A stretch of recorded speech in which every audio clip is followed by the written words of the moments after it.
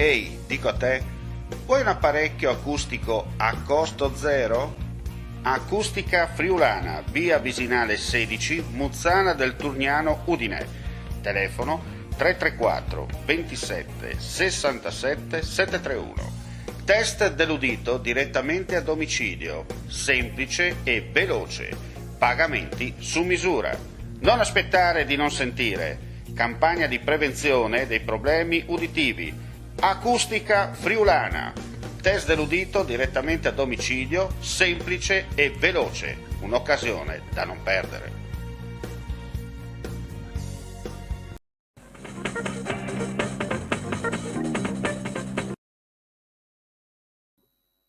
Un cordiale saluto gentili amici, ben ritrovati a questa veloce edizione flash del pomeriggio con le ultimissime dal Friuli Venezia Giulia. Dunque cronaca. In Valle Resia si stanno svolgendo le operazioni di soccorso resesi necessarie per recuperare un boscaiolo rimasto ferito nella tarda mattinata di oggi dopo che è stato colpito alla gamba da un tronco d'albero. L'uomo non è in gravi condizioni ma si trova in una zona impervia, per la precisione sotto il Monte Plania, e quindi difficilmente raggiungibile dai soccorritori. Situazione complicata anche per l'elicottero del pronto intervento a causa del forte vento che sta soffiando nella zona.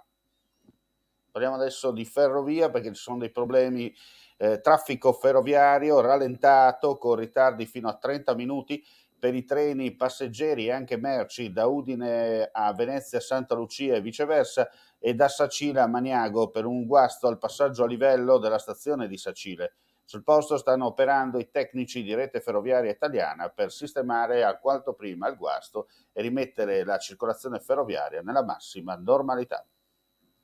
E ora andiamo a chiudere questa edizione flash con il Covid. In Friuli Venezia Giulia su 4.846 tamponi molecolari sono stati rilevati 67 nuovi contagi con una percentuale di positività dell'1,38%. Sono inoltre 5.455 test rapidi antigenici realizzati, dei quali sono stati rilevati 5 casi, pari allo 0,09%.